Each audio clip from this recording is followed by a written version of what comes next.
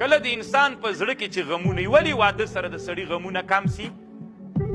دا طالبانو د واده سره د سړي غمونه کمیږي، د سړي د ژوند ملګری پیدا سي. علت دا وي طالبانو، کله کله یوه خبره سړی دردوي، یوه خبره دې واورېدله زړه کې دې پاتې سوله، دا سړی دردوي.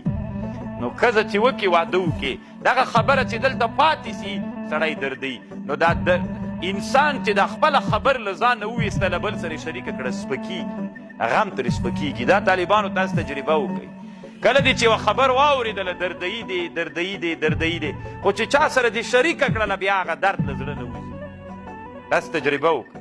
نو واده کې هم داسې وي، ځکه له واده نه مخکې له انسان سره څوک وي دردونه ډېر وي، غمجن وي. چې واده وکړي نه کور والا سره خبر شریکوي، بیا دردونه ترې نه ورک سي. نو هغه درد چې مخکې خبرې درد، نو طالبانو خبره چې له زړه نه ووتله طالبانو شریکه سره درد ورسره کمیږي.